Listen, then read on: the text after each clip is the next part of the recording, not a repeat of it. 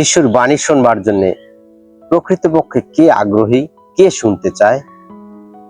সম্মানিত সুধী, আপনাদেরকে জানাই প্রীতি ও শুভেচ্ছা। আজকে আমাদের জন্য ঐশবাণী সাধু লুক রচিত মঙ্গল সমাচার 15 অধ্যায় 1 থেকে 10 পদ পাঠ করছি। দীপক পিয়াস হালদার। যিশুর বাণী শুনবার জন্য পাপীদের গভীর আগ্রহ।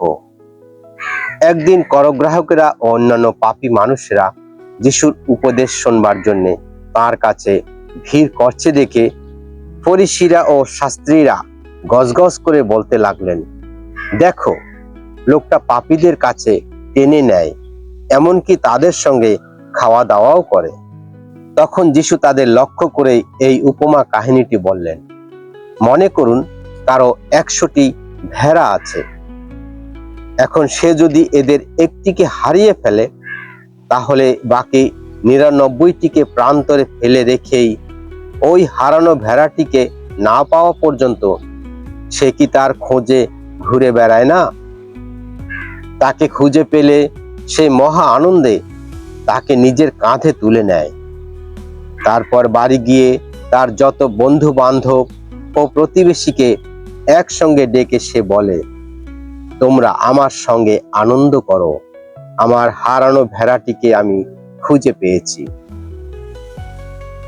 আমি আপনাদের বলছি, তেমনি ভাবেই যাদের মন ফেরানোর প্রয়োজন নেই, এমন 99 জন ধার্মিককে নিয়ে স্বর্গে যত আনন্দ হয়, তার চেয়েও কিন্তু বেশি আনন্দ হয় যখন একজন পাপী মন ফেরায়। কিংবা মনে করুন, একজন স্ত্রীলোকের 10টি রূপোর টাকা আছে। এখন সে যদি এর একটি হারিয়ে ফেলে, তাহলে সে কি বাতি জেলে ঘর ঝাড় দিয়ে টাকাটা না পাওয়া পর্যন্ত ভালো করেই খুঁজে দেখে না?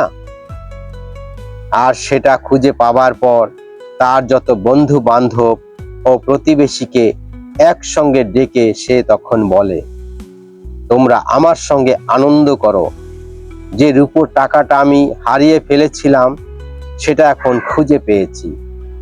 আমি আপনাদের বলছি, তেমনি ভাবেই একজন পাপী মন ফেরালে তাকে নিয়ে দেবদূতদের মধ্যেও আনন্দের সাড়া পড়ে যায়। খ্রিস্টের বাণী। খ্রিস্ট প্রভু তোমার প্রশংসা হোক।